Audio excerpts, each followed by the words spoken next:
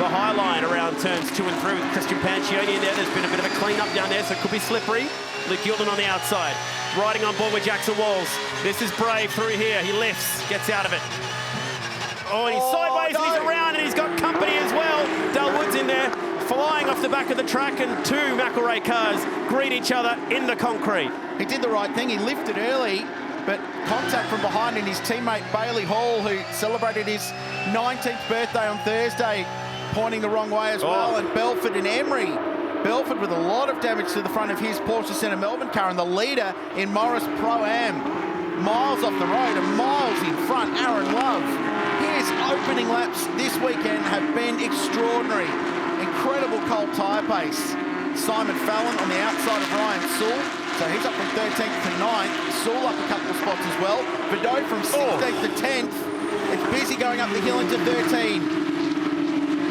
Wild stuff. Callum Hedge just committed around the outside of Dylan O'Keefe and grabbed that spot around the outside of turn 2 to clear him going into turn 1, but we're going to go safety car to pick up some cars strewn around the circuit. No idea who had their nose ahead between Armand and Missouri's when that safety car came out. Missouri's gives the spot up. Yeah, they'll look at that on the timing loop, and there's Jackson Walls. Flat out, 210 kilometres an hour through turn 5. It's an awesome corner to go and watch these cars work, and the amount of load they carry and run out wide on that exit curb.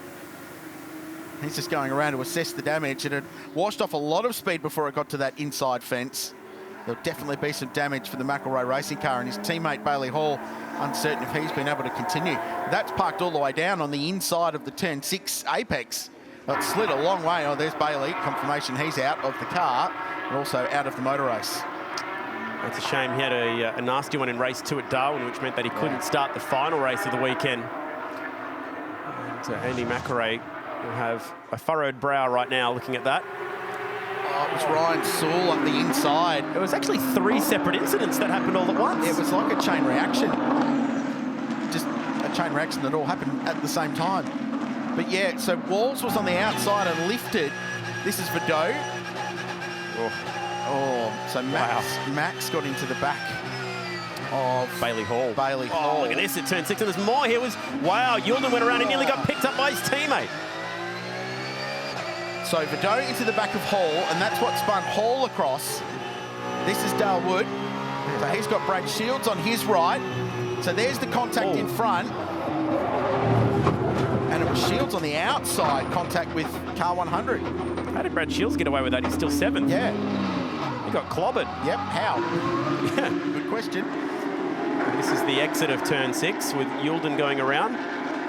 That looks sort of cold tyre-esque. I'm not sure if there was any contact. Oh, and more, that's how Emery Miles got together. Tim Miles and Belford just caught up in that and collected them as he was coming through in the ID Land car. I count 6 different incidents on the opening lap then, all happening around each other.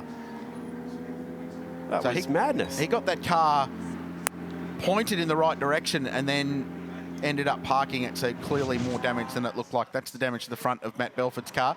Just confirming we are under safety car. He's got that back to pit lane. That's his brother David with the beard debriefing.